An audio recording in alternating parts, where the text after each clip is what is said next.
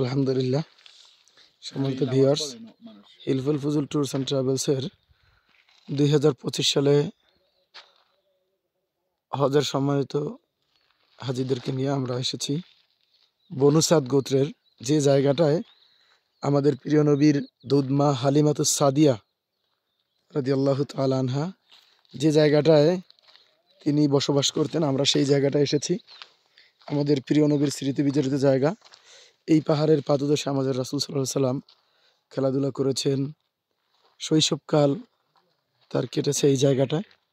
আলহামদুলিল্লাহ, আমরা এসেছি এই জায়গাটা ভিজিট করার জন্য। আসলে কুল সিরু ফিল আরদি সুম্মা নজুরু কাইফা কানা আকিবাতুল মুকাজ্জিবিন, জমিন ভ্রমণ করলে এবং আল্লাহর নিদর্শন দেখার ব্যাপারে আল্লাহ বলেছেন, সেটা আমরা চেষ্টা করেছি।